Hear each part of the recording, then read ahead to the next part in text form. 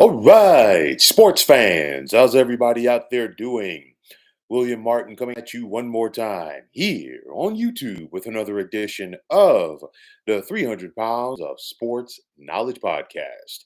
With just two games under their belts in this college football season so far, already the Florida State Seminoles have lost half as many games as they lost over the last 2 years.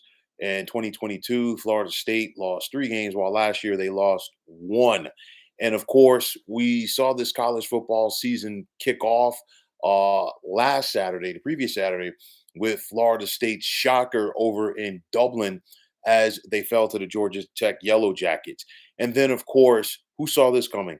Last night's 28-13 drubbing, courtesy of the Boston College Eagles.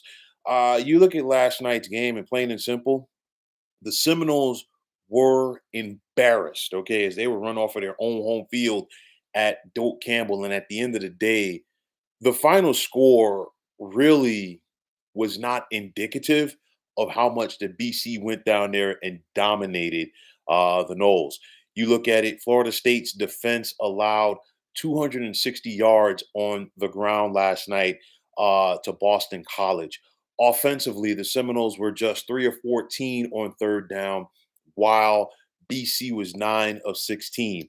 You look at it, Boston College, they just dominated. I mean, BC held the football last night for more than 39 minutes. You look at this Florida State offense, only 21 yards rushing last night. And then DJU at quarterback was just 21 of 42 passing with a pick, and an which led to a touchdown for BC. And then, of course, he finally threw his first touchdown pass of the season. But one question that a lot of people are going to be asking, because there's plenty of questions that people are asking right now in regards to Florida State. First and foremost, what's going on with this offense? You look at it through two games, the Seminoles are converting less than 31% of their third downs, 111 rushing yards through two games so far for Florida State. And then, like I said before, last night's touchdown pass by DJU was just his first of the season. You look at DJU, Florida State paid for the Oregon State version of DJ Uiagalelei, and instead they're getting the Clemson version. Okay, it's one of those, you got to give credit to former Oregon State head coach and now current Michigan State head coach Jonathan Smith, because he had DJU looking like a completely different quarterback last year for the Beavers. And then there were plenty of those out there saying, well, you know what? Maybe he didn't get coached properly at Clemson. That was the issue. Now he comes back to the ACC with Florida State, and then he's right back to the same old DJU. And you could make some cases he might be even playing worse right now at quarterback with Florida State than he was Clemson. Very inaccurate with the football.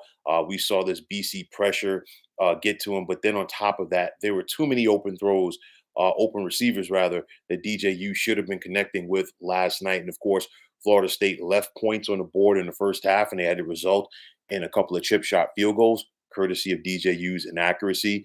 Then, just when it looked like they were building momentum to begin the second half, he throws that costly interception. It leads to a BC touchdown. And then at that point, you know, basically you kind of knew that the end was near in this contest for Florida State.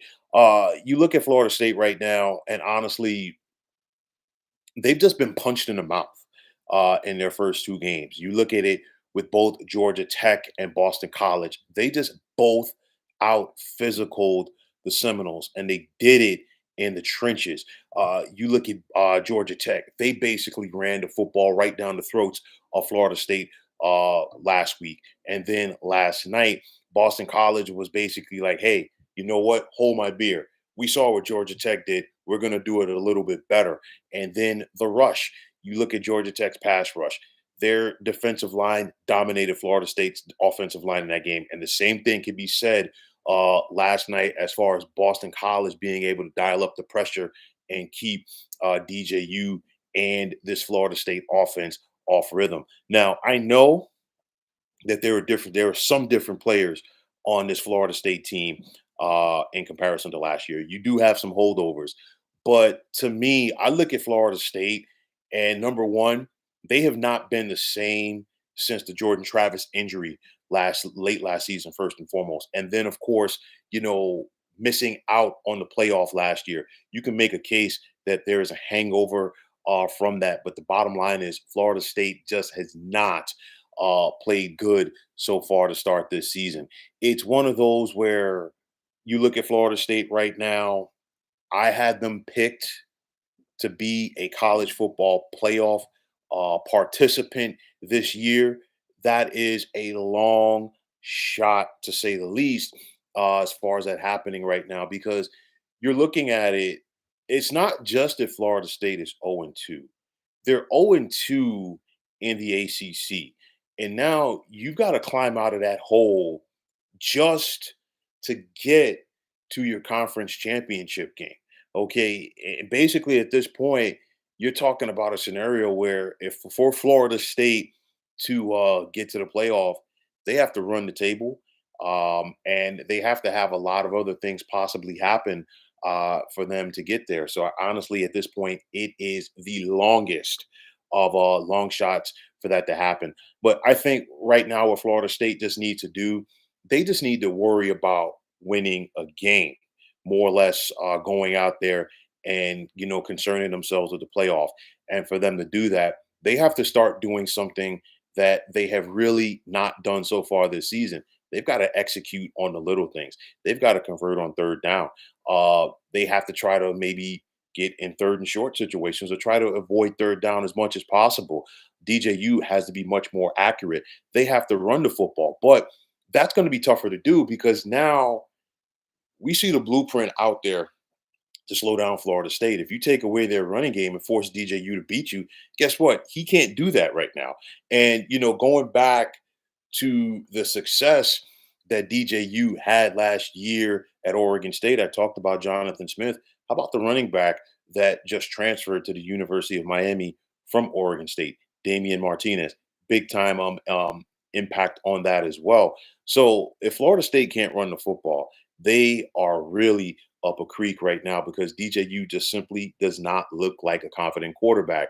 But if you're head coach Mike Norvell, you've got to try to find a way to rally your troops because this is a gut punch right here. And you got to try to get back on track for your season. I think the best thing for Florida State right now is the fact that they are off this Saturday. There's no football, so they can just try to breathe, get back on track before they host Memphis the following Saturday, and they could try to get their swagger back and get on somewhat of a roll. It's one of those where you have some coaches that like to face cupcakes to start the season. I give Mike Norvell credit. Granted, this really wasn't a scheduling out of conference scheduling thing. This was a conference thing, and it was one of those. Of course, we know Florida State was favored in both of those contests. Georgia Tech is better from last year.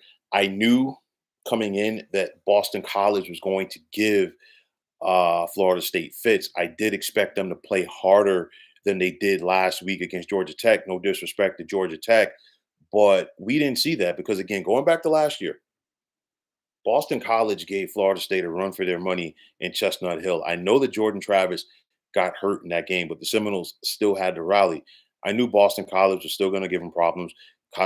Thomas Castellanos, the dual threat quarterback, and the running ability, and of course, former Florida State running back Trayshawn Ward being now at Boston College. But again, there was no urgency. There was no, what, it's not going to happen on my watch moment last night for Florida State.